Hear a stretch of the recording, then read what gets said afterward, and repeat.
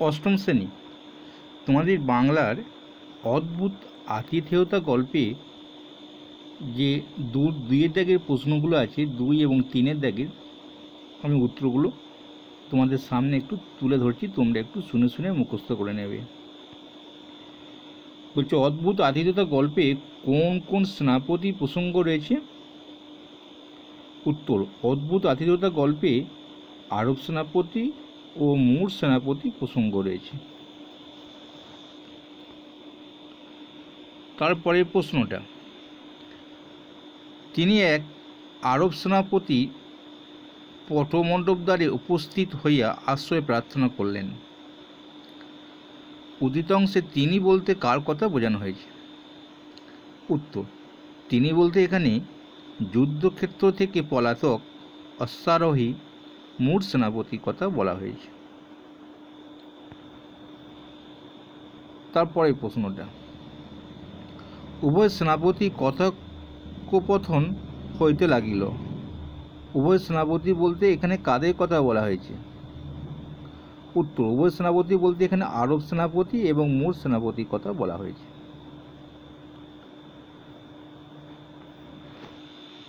তারপরে, তাহলে আমাদের উভয়ের প্রাণ রক্ষার সম্ভাবনা, প্রাণ রক্ষার কোন উপায় বক্তা এখানে বলেছেন?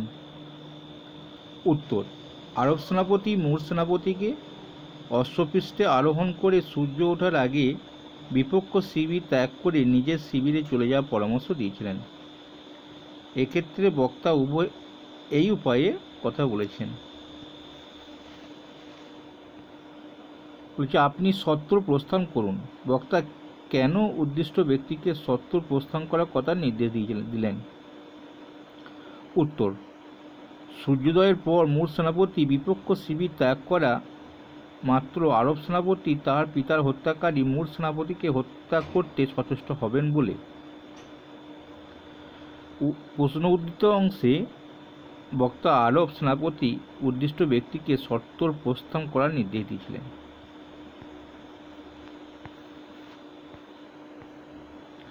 নিচে প্রশ্নগুলি কয়েকটি বাক্যে লেখো। 3-এর দাগে, তার দিকভ্রম জন্মেছিল। এখানে কার কথা বলা হয়েছে আর দিকভ্রম হওয়ার পরিণতি কি হলো? উত্তর, এখানে এক অশ্বারোহী মুর সেনাপতির কথা বলা হয়েছে। তিনি দিকভ্রম হওয়ার ফলে তিনি খিদে তেষ্টায় কাতর হয়ে শেষ পর্যন্ত এক আরব সেনাপতি শিবিরের কাছে উপস্থিত হয়েছিলেন এবং তার আশ্রয় প্রার্থনা করেছিলেন। তারপরেরটা, আতিথেয়তা বিষয়ে পৃথিবীতে কোনো জাতি আরবদিগের তুল্য নহে। এই বক্তব্যের সমর্থন গল্পে কীভাবে খুঁজে পেলে? ঈশ্বরচন্দ্র বিদ্যাসাগর রচিত অদ্ভুত আতিথেয় গল্পটি পাঠ করে লেখকের বক্তব্যকে সমর্থন করতে হয়। ক্লান্ত, ক্ষুধার্ত, দিকভ্রষ্ট মুর সেনাপতি প্রতিদ্বন্দ্বী শিবিরে এসে আশ্রয় চাইলে আরব সেনাপতি তাকে আশ্রয় দিয়েছেন বিনা দ্বিধায়। শুধু তাই নয়, তিনি মুর সেনাপতির উপযুক্ত আহার ও বিশ্রামের ব্যবস্থা করেছেন।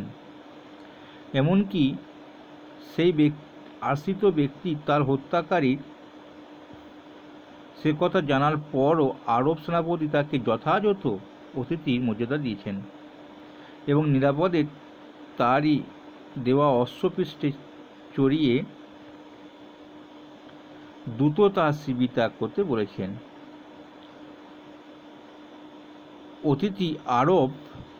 অতিথিপতি আরব সেনাপতি এই আচরণ জানার পর লেখকের বক্তব্যকে সঠিক বলে মেনে নিতে কোনো অসুবিধা হয় না যে সারা বিশ্বে আতিথেয়তার আরবরাই জাতিশ্রেষ্ঠ।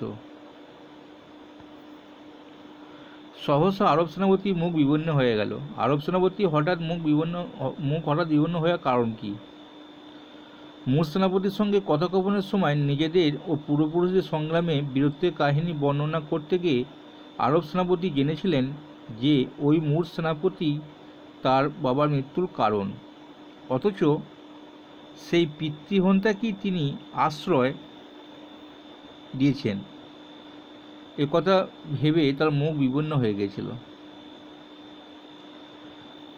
সন্ধিহান চিত্তে শয়ন করিলেন। এখানে কার মনে সন্দেহের কথা বলা হয়েছে, তার মনের এই সন্দেহের কারণ কি? ঈশ্বরচন্দ্র বিদ্যাসাগরের অদ্ভুত আতিথেয়তা গল্পে আরব সেনাপতি তাঁবুতে আশ্রিত মূল সেনাপতি মনের সন্দেহের কথা বলা হয়েছে। কারণ হচ্ছে যে মূল সেনাপতি যখন আরব সেনাপতির সঙ্গে অতীত গৌরবকথা নিয়ে কথাবার্তায় মগ্ন ছিলেন, তখন হঠাৎ আরব সেনাপতি কথা বলা বন্ধ রেখে উঠে যান। অনুচর দিয়ে বলে পাঠান তিনি অসুস্থ। তাই নিজে উপস্থিত থাকতে না পারলেও মূল সেনাপতির পরিচর্যার যথাযথ ব্যবস্থা করা হয়েছে। সেই সঙ্গে পরের দিন খুব ভোরে মূল সেনাপতি যাওয়ার জন্য তিনি এক তেজি ঘোড়ার ব্যবস্থা করে রাখেন। আরব সেনাপতি হঠাৎ এই অদ্ভুত আচরণে মূল সেনাপতি মনে সন্দেহ দেখা যায়। তাহার অনুসরণ করিতেছিল। কে কাকে অনুসরণ করিতেছিল? অদ্ভুত আতিথেয়তার গল্পে একজন আরব সেনাপতি পলায়নরত মূল সেনাপতিকে অনুসরণ করেছিলেন।